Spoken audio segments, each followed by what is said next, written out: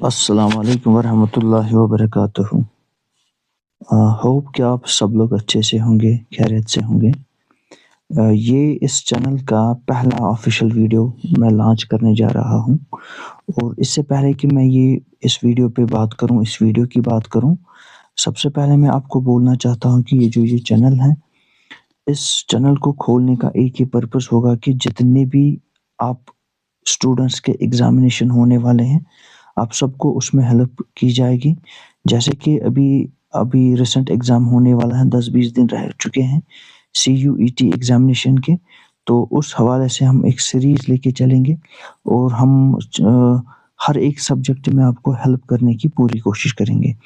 तो यहाँ पे जो ये वाला वीडियो पर्टिकुलर ये वाला वीडियो जो हम अपलोड करने जा रहे हैं और इस वाले वीडियो में हम आपको क्या बोलेंगे कि जो पॉलिटिकल साइंस आपका रहेगा, उसमें जो आपका बेटा सिलेबस रहेगा, जो है उसमें जो पॉलिटिकल साइंस में आपको सिलेबस रहेगा, उसकी हम बेटा बात करेंगे, ठीक है ना? तो बात किसकी करेंगे हम? बात करेंगे हम पॉलिटिकल साइंस की। तो पॉलिटिकल साइंस में जो आपका सिलेबस रहेगा उसकी बात करेंगे, ठीक है? तो जैसे कि आपको पता है कि जो CUET एग्ज़ामिनेशन है इसकी फुल फॉर्म है कॉमन यूनिवर्सिटी एंट्रेंस टेस्ट। ये एक बार लिखेंगे यहाँ पे कॉमन यूनिवर्सिटी एंट्रेंस टेस्ट, ठीक है बेटा? Entrance test. तो सिंपल वे में आप बेटा ये याद रखोगे कि इस एग्ज़ामिनेशन में आपका जो ये वीडियो है इस एग्ज़ामिनेशन के रिलेटेड ये पॉलिटिकल साइंस के रिलेटेड होगा और इसमें मेनली फ़ोकस किया जाएगा कि इसमें कौन-सा सिलेबस रखा गया है जो कि ऑफ़िशियल वेबसाइट से हमने लिया है और हम इसमें बात करेंगे कि जैसे कि आपको पता भी होगा, बहुत सारे बच्चों को पता भी होगा, इसमें पर्टिकुलरली आपका जो 12th क्लास का ये जो पॉलिटिकल साइंस का सिलेबस है, उस सिलेबस से पूरा का पूरा ऑलमोस्ट लिया गया है, ठीक है ना? तो वहाँ से उस सिलेबस से लिया गया है। तो हम क्या करेंगे यहाँ पे हम उसी सिलेबस को डिस्कस करेंगे, उसमें से जो मेन टॉपिक रहने वाले हैं, उनकी बात करेंगे और बाद में एक सीरीज़ चलाएँगे, हर एक यूनिट के ऑब्जेक्टिव टाइप्स हम यहाँ पे करेंगे, साथ में उन ऑब्जेक्टिव्स को थोड़ा डिटेल में आपके साथ डिस्कस करेंगे। तो चलिए करते हैं स्टार्ट जो आपका यूनिट नंबर 1 रहेगा, जो बेटा आपका यूनिट नंबर 1 रहेगा, यूनिट 1 जो फर्स्ट रहेगा, वो क्या है यहाँ पे आप देख भी सकते हो, वो है era of one party dominance. इसमें क्या है ये वन पार्टी डोमिनेंस जो ये एरा रहा है ना, जो जैसे कि आपको पता है 1952 में जो इंडिया में पहली बार इलेक्शन हुआ है, तो जो पहले फर्स्ट 3 इलेक्शंस थे, याद रख लेना बेटा, पहले 3 इलेक्शन जो थे, इसमें से खाली और खाली डोमिनेंस किसकी रही? कांग्रेस की। तो यही हमें पढ़ना है कि कांग्रेस ही आखिर क्यों? कांग्रेस ने ही आखिर वहाँ पे डोमिनेंस क्यों रखी और कांग्रेस ने ही क्यों ये इलेक्शन जीते। तो इसमें हम बहुत सारे रीज़न्स देखेंगे, जैसे आप यहाँ पे पढ़ भी रहे होंगे, यहाँ पे हम देखेंगे कि role of in freedom struggle, क्योंकि कांग्रेस का एक रोल रहा था फ्रीडम स्ट्रगल में, वो हम यहाँ पे बेटा देखेंगे कि इतना ही नहीं, हम यहाँ पे देखेंगे कि जो लीडर उनके थे जवाहरलाल नेहरू, उसका बड़ा रोल था उसमें। हम देखेंगे कि पार्टी ऑर्गेनाइजेशन बहुत ही इम्पोर्टेंट थी उसमें, कोलिशन नेचर था कांग्रेस के इनसाइड में भी, तो अपोजिशन भी उतनी जो पुख्ता नहीं थी, वो अपोजिशन क्या थी सर, वीक थी, तो उसका भी इन्होंने यहाँ पे फ़ायदा उठाया, ठीक है ना? तो आप देखेंगे जो दूसरे वाले स्लाइड में आप जैसे कि यहाँ पे देख ही रहे हो कि जो पहले इलेक्शंस थे, किस तरीके से कांग्रेस ही यहाँ पे ये बनी है। दूसरा जो आपका दूसरा यूनिट रहेगा, यूनिट नंबर 2 बेटा, लिखेंगे यहाँ पे यूनिट नंबर 2 जो आपका रहेगा यूनिट 2 पर्टिकुलरली आपको रहेगा नेशन बिल्डिंग और नेहरू का क्या विज़न था? नेशन बिल्डिंग याद रख लेना। नेशन बिल्डिंग में आपको समझना है कि जब 1947 में इंडिया आज़ाद हुआ, इंडिपेंडेंस हासिल की है कहाँ से? इंग्लैंड से या वी कैन से ब्रिटिशर्स से, तो वहाँ पे एक पहला चैलेंज जो हिंदुस्तानियों के पास था, वो था इस नेशन को बिल्ड करना, ठीक है ना? इस नेशन को बिल्ड करना, नेशन बिल्डिंग इसी को बोलते हैं, नेशन बिल्डिंग। सर अब ये इसमें एक जो हम ऐसे बोल सकते हैं कि ये आसान काम यहाँ पे नहीं था। आसान काम क्यों नहीं था sir? There were certain challenges for it. तो बहुत सारे चैलेंजेस थे जिसको यहाँ पे इनको फेस करना पड़ा। जैसे मैं एक छोटी सी एग्ज़ाम्पल दूँगा। जैसे हमें पता है कि जब इंडिया आज़ाद हुआ तो वहाँ पे पार्टीशन एक बहुत ही डार्क साइड था इस आज़ादी के साथ, जिसमें बहुत सारे लाखों में लोग मर गए। और इतना ही नहीं, एक तो लोग तो मर गए, दूसरा वहाँ पे लोगों ने क्या किया सर, लोग वहाँ पे एक तो मर गए, दूसरा वहाँ पे एक और पॉइंट ये हुआ कि उन्होंने माइग्रेशन की, ठीक है ना? तो यहाँ पे कुछ ऐसी चीज़ें थी जिनको हैंडल करना उस टाइम बहुत ही इम्पोर्टेंट था और चैलेंजिंग साबित हुआ था किनके किनके लिए, अ, जो वहाँ पे करंट गवर्नमेंट थी।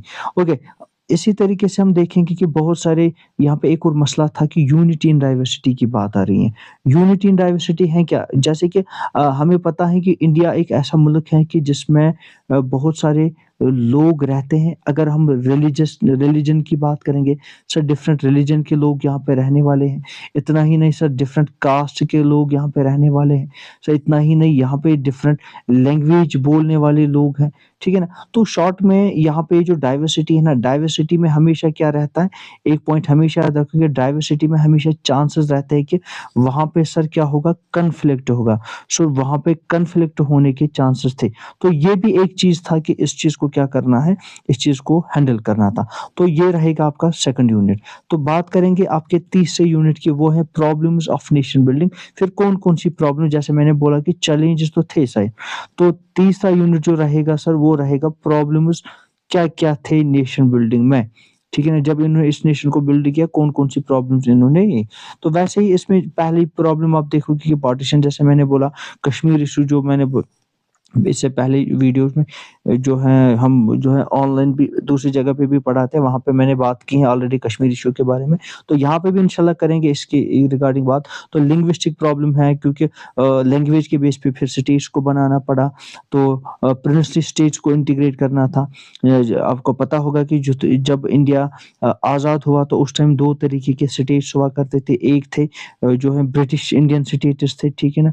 जो ब्रिटिश इंडियन स्टेट्स थे, ब्रिटिश इंडियन स्टेट्स, और दूसरे थे प्रिंसली, ठीक है ना? जो प्रिंसली स्टेट्स, ये कितने थे? ये थे ऑलमोस्ट 560 से भी ज़्यादा, ठीक है ना? 560 से भी ज़्यादा ये थे। तो इनको इंडिया के साथ जोड़ना, ये एक इश्यू था। ये जो जैसे कि आपने 12th क्लास में पढ़ा होगा। वैसे ही अगर हम बात करेंगे बेटा, जिसकी अगर हम बात करेंगे एक और पॉइंट की, वो है एक और यूनिट की, वो तीसरा यूनिट, चौथा यूनिट आपका रहेगा, वो रहेगा आपका politics of the planet development. तो प्लैनेट डेवलपमेंट यहाँ पे मेन फोकस आपको बेटा रहेगा। प्लैनेट डेवलपमेंट क्या है ये प्लैनेट डेवलपमेंट? प्लैनेट डेवलपमेंट में आपको समझना है कि हिंदुस्तान ने फिर 5 ईयर प्लान्स बना लिए हैं। क्या बनाए? 5 ईयर प्लान्स, ठीक है ना? 5 ईयर प्लान्स इन्होंने बनाए। तो 5 साल के लिए इन्होंने बोला कि we will focus on something, जो हमें नीड ऑफ द आवर है उस पे फोकस किया जाएगा। तो यहाँ पे प्लानिंग डेवलपमेंट इन्होंने की। इसी तरीके से यहाँ पे मिक्स्ड इकोनॉमिक मॉडल इन्होंने रखा। What is mixed economic model? Sir mixed economic model इन्होंने ऐसे रखा कि एक इन्होंने सोशलिस्ट पैटर्न में रखा, ठीक है ना? सोशलिस्ट। दूसरा इन्होंने बेटा क्या रखा? कैपिटलिस्ट में रखा, ठीक है ना? तो इनकी बात करेंगे, कैपिटलिस्ट और वी कैन से कैपिटलिज्म, इसकी बात करेंगे। तो ये 2 मिक्स्ड इन्होंने रखे।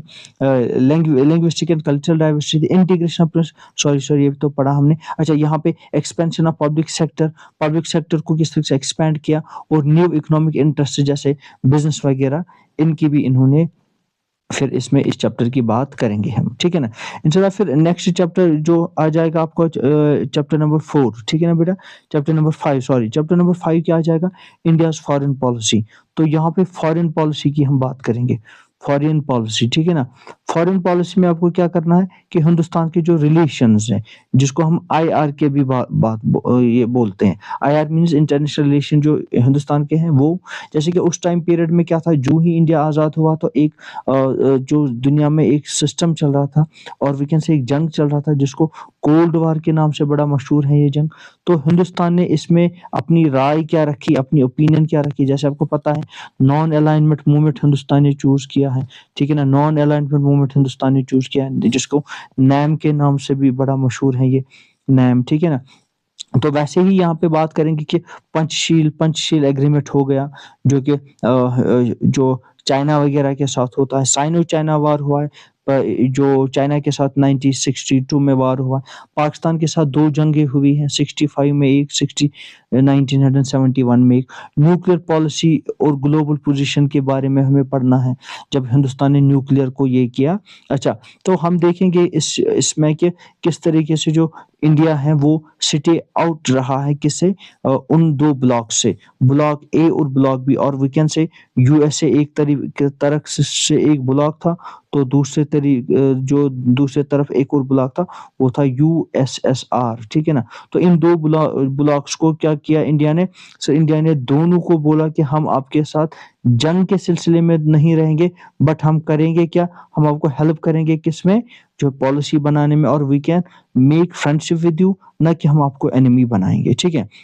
तो फिर इसके बाद बेटा बात करेंगे एक और की, वो करेंगे आपके यूनिट नंबर 7 की बात, वो रहेगा चैलेंज टू कांग्रेस सिस्टम। तो कांग्रेस सिस्टम में भी फिर चैलेंज आए। अभी तक हम देख रहे थे कि कांग्रेस सिस्टम के बारे में, तो कांग्रेस सिस्टम में भी फिर चैलेंज आए। हमने देखा था डोमिनेट थे पहले, लेकिन फिर बाद में सर इनको भी चैलेंजेस का सामना करना पड़ा, ठीक है ना। उन चैलेंजेस के बारे में पढ़ा, जैसे आप यहाँ पे देख रहे हो कि लीडरशिप क्राइसिस, नेहरू जब यहाँ से दुनिया से गए तो वहाँ पे लीडरशिप क्राइसिस उठे। जैसे उसके बाद नेहरू के बाद उसकी बेटी ने संभाला इस तख्त को, इस राजनीति को, वो थी इंदिरा गांधी, तो उसको ज्यादा अच्छा संभालना नहीं आया एज कम्पेयर टू नेहरू।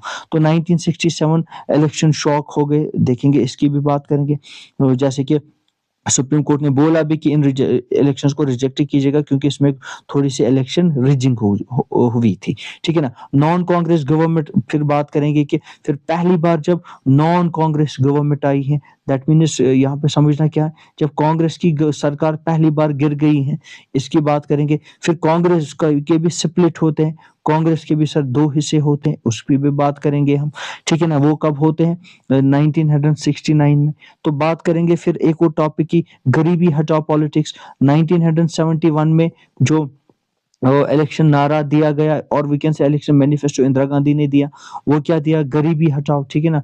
इससे क्या हुआ, इससे इनको बहुत ज्यादा वोट मिले, तो टारगेट इन्होंने क्या रखा, जो भी इंडिया में गरीबी है उसको हम क्या करेंगे, रिमूव करेंगे, रिमूव पॉवर्टी। तो इसको इन्होंने ये नारा दिया, और इस नारे की वजह से बहुत ही ज्यादा उनको फिर फायदा मिला, ठीक है ना। तो इसको भी देखेंगे ये पॉलिटिक्स क्या थी। तो यहाँ पे सिंपल हम देखेंगे कि इंदिरा गांधी जो थी, फिर से एक बार, Indira Gandhi build Congress through the mass politics.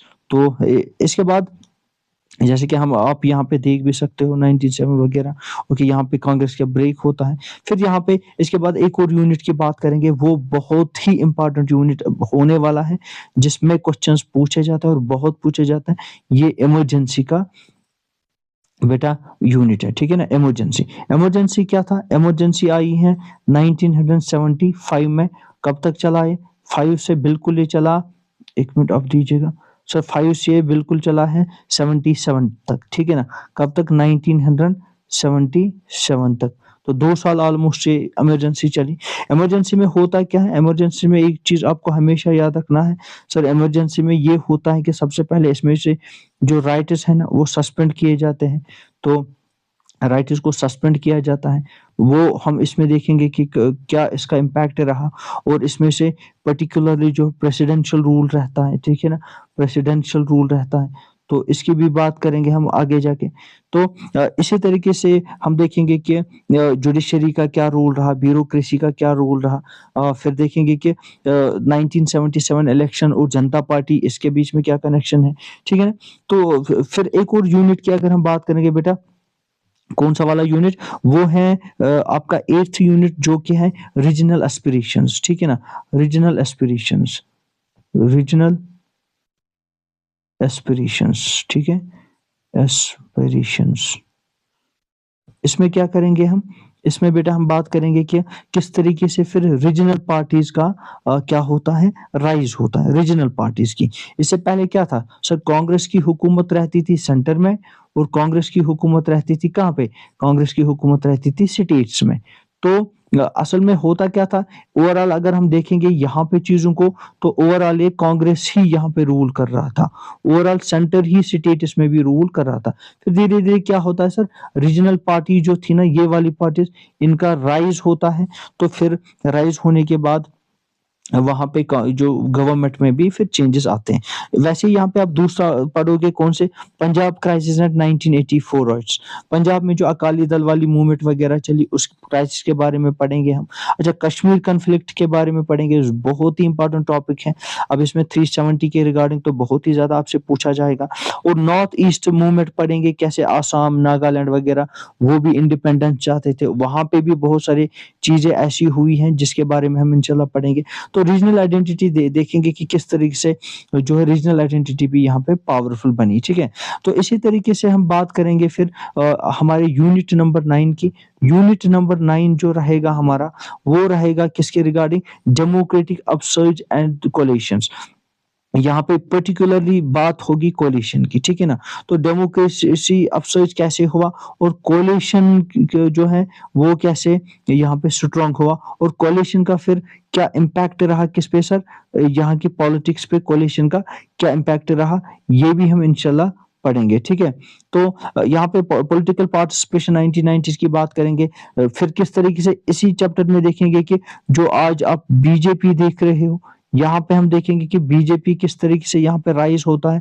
और इतना ही नहीं, जो जेडी है वो किस तरीके से यहाँ से राइज होते हैं, दूसरी पार्टी। और फिर किस तरीके से एनडीए और एनडीए और यूपीए कैसे राइज होता है, क्या किस तरीके से ये बनती है, ठीक है ना। यूपीए एंड एनडीए, इनकी बात करेंगे हम। तो इलेक्शन देखेंगे 2004 से लेके 19 तक जो भी इलेक्शन हुए, उनकी भी बेटा यहाँ पे बात हम करेंगे। उसके बाद हम बात करेंगे चैप्टर नंबर, यूनिट नंबर 10 की। वो है आपको एंड ऑफ बाइपोलरिटी, ठीक है ना, एंड ऑफ बाइपोलरिटी। बहुत ही इंपॉर्टेंट चैप्टर होने वाला है ये वाला। इसमें हमें देखना क्या है, हमें देखना है कि जब कोल्ड वॉर हुआ था, तो दुनिया जो है दो ग्रुप्स में, और वी कैन से दो पोल्स में बांट चुका था। एक पोल था बेटा जिसका नाम था यूएसए, दूसरा पोल था जिसका नाम था यूएसएसआर। तो हम यहाँ पे क्या देखेंगे, इसमें देखेंगे कि ये इनका जो पावर गेम था, इनका जो पावर कंपटीशन था, ये पोल्स जो थे, पोल नंबर 1 एंड पोल नंबर 2, इनका फिर एंड होता है। फाइनली जो यूएसएसआर है, 1991 में ये ब्रेक डाउन होता है। ब्रेक डाउन होने के बाद फिर जो होगा होगा क्या, ब्रेक डाउन होने के बाद सर यहाँ पे जो यूएसए है ना, ये सोल पावरफुल रहता है। यहाँ पे ये खाली जो है पावरफुल नेशन बन जाता है। फिर इस तरीके से पोलर जो है ये कंपटीशन था, ये एंड होता है। तो फिर देखेंगे कि इसके बाद जो नए नेशंस इमर्ज हुए, ठीक है ना। नेशंस कौन से, जैसे मैं बोलूंगा आपको यहाँ पे बेटा, जब ये यूएसएसआर क्या होता है, ये बाइफरकेट होता है, और वी कैन से डिसइंटीग्रेट होता है ना यूएसएसआर, तो इसके कम से कम 15 डिफरेंट नेशंस बन जाते हैं। तो नए ही नेशन सामने आए, और वो, और इतना ही नहीं, जो ऑलरेडी नेशंस प्रेजेंट थे वो पावरफुल बने। फिर देखेंगे इसी में कि इंडिया और रशिया के बीच में क्या रिलेशंस रही, इंडिया और रशिया के बीच में, जो आज भी आप देखते हो बड़ा स्ट्रॉन्ग रिलेशन है इनके बीच में। तो इसकी भी इंशाल्लाह हम बात करेंगे। तो यहाँ पे देख सकते हो पुतिन और मोदी जी, यहाँ पे आप देख सकते हो, तो इनके बीच में रिलेशन काफी अच्छी है, आज भी चल रही है। तो इसी तरीके से हम फिर मूव करेंगे अपने नेक्स्ट यूनिट की ओर, जो रहेगा बेटा यूनिट नंबर 11। वो है अल्टरनेटिव सेंटर्स ऑफ पावर। ये क्या है alternative centres of power sir? इससे पहले हमने देखे कि थे कि there were only two poles who remain at that time very powerful, और वो कंपटीशन में आगे थे, ट्रेड में, हर एक चीज में। लेकिन इसके बाद जब उनका डिसइंटीग्रेट होता है, कुछ दुनिया में ऐसे पावर्स भी आए जो अल्टरनेट बने, ठीक है ना। जो खाली फिर हमें ये देखने को नहीं मिला कि सर खाली पावरफुल नेशंस कौन, जो रशिया और यूएसए है। अल्टरनेट नेशंस कैसे आए सर? अल्टरनेट नेशंस में सबसे बेहतरीन एग्जांपल आप ले सकते हो चाइना की। सर चाइना एक ऐसी इकोनॉमी बनी जो आज यूएसए तक को भी कम्पीट कर रहा है। इसमें हम देखेंगे चाइना के रिगार्डिंग हम देखेंगे, इसमें हम देखेंगे ईयू के बारे में, दैट मींस यूरोपियन यूनियन के बारे में देखेंगे। देखेंगे। हम देखेंगे कुछ ऑर्गेनाइजेशंस के बारे में, जैसे आसियान जैसी ऑर्गेनाइजेशन है, ठीक है ना, आसियान जैसी ऑर्गेनाइजेशन है। आसियान की फुल फॉर्म क्या है? साउथ एशियन, सॉरी, मैं तो भूल गया ये। चले, मैं इसको देखता हूँ, ठीक है ना। 1 मिनट आप दीजिएगा, मैं इसको चेक करता हूँ। एशियन, 1 मिनट दीजिएगा। तो तब तब दूसरी बात हम करेंगे। तो इसी तरीके से हम देखेंगे कि हिंदुस्तान की इस अल्टरनेटिव सेंटर्स में क्या अभी जो पॉलिसी रही है, तो हम देखेंगे इसमें इतना ही नहीं, हम देखेंगे हिंदुस्तान का क्या रोल है इस मॉडर्न वर्ल्ड में, इस मॉडर्न इकोनॉमी में। जैसे कि मैंने आपको बोला था, आसियान की जो फुल फॉर्म मैं अभी भूल गया था। तो अब आसियान की जो फुल फॉर्म है, फिर से याद आ गई मुझे, association of south east Asian Nations, ठीक है ना। इसको एक बार लिखेंगे, एसोसिएशन ऑफ साउथ ईस्ट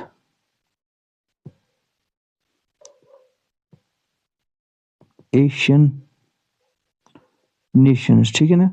तो इसकी भी बात करेंगे, बहुत ही ये इम्पोर्टेंट रहने वाला है, इसकी भी बात करेंगे। तो इसी तरीके से अगर हम बात करेंगे एक और यूनिट की, जो कि यूनिट नंबर बेटा 12 आपके पास रहेगा, वो है ग्लोबलाइजेशन एंड इट्स क्रिटिक्स, ठीक है ना। ग्लोबलाइजेशन की बात करेंगे, बहुत ही इंपॉर्टेंट टॉपिक ये भी रहने वाला है। इससे भी आपको बहुत सारे क्वेश्चंस पूछे जा सकते हैं, तो हम हर एक क्वेश्चन की बात करेंगे। और ग्लोबलाइजेशन, 1 मिनट दीजिएगा, ग्लोबलाइजेशन एंड इट्स क्रिटिक्स, ठीक है ना। तो यहाँ पे है क्या, हम इकोनॉमिक ग्लोबलाइजेशन देखेंगे। ग्लोबलाइजेशन जैसे कि आपको कंसेप्ट पता ही होगा, इसमें है क्या, इसमें एक ही मेन पॉइंट आपको याद रखना है सर, कनेक्टेडनेस। जो वर्ल्ड के बहुत सारे कंट्रीज हैं, या हम ऐसे बोल सकते हैं, सॉरी एक बार इसको बैक करेंगे।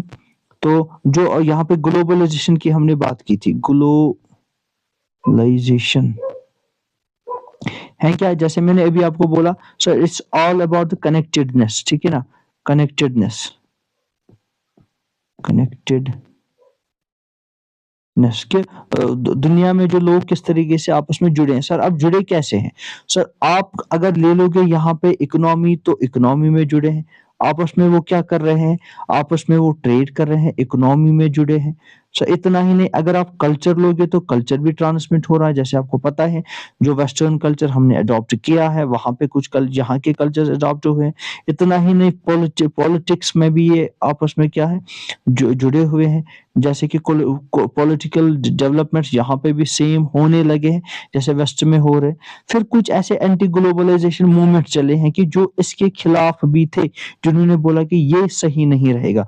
वैसे ही फिर देखेंगे कि इंडिया ने कौन से रिफॉर्म्स किए 1991 के बाद, कौन से हिंदुस्तान के रिफॉर्म्स रहे हैं। तो ये सारा जो है आपका सिलेबस रहेगा।